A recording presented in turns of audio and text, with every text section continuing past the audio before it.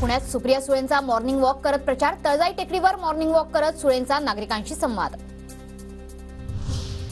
साताऱ्यात महायुतीचे उमेदवार उदयनराजे भोसले यांच्या प्रचारासाठी चंद्रशेखर बावनकुळेंची जाहीर सभा, सभेदरम्यान अनेकांचा भाजपमध्ये प्रवेश।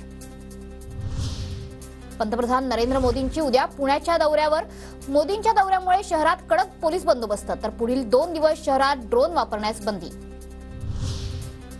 माढा आणि सोलापूर लोकसभेसाठी भाजपने नेमले निरीक्षक, माढासाठी आमदार प्रसाद लाड तर सोलापूरसाठी आमदार श्रीकांत भारतीय यांची नियुक्ती।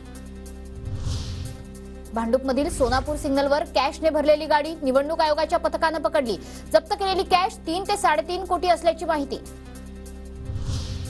रत्नागिरी सिंधुदुर्गचे वंचितचे उमेदवार मारुती जोयशींना निवडणूक आयोगाची नोटीस, खात्यात आलेल्या रकमेबाबत निवडणूक खर्च समितीचा आक्षेप, 48 तासात सुधारित अभिलेख सादर न केल्यास कारवाईची नोटीस।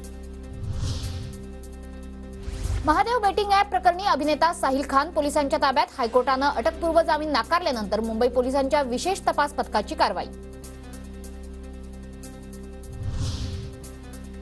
तुळजाभवानी देवीच्या वार्षिक उत्पन्नात विक्रमी 66 कोटी 81 लाखांची भर, भक्तांकडून देवीला 16 किलो सोनं आणि 270 किलो चांदी अर्पण, सशुल्क दर्शनातून 17 कोटी 59 लाख तर सिंहासन पेटीत 12 कोटींचं दान जमा। नागपुरातील काही भागात हलक्या पावसाच्या सरी तर काही भागात ढगाळ गडगडाट, ढगाळ वातावरणामुळे नागपूरकरांना उकाड्यापासून काहीसा दिलासा।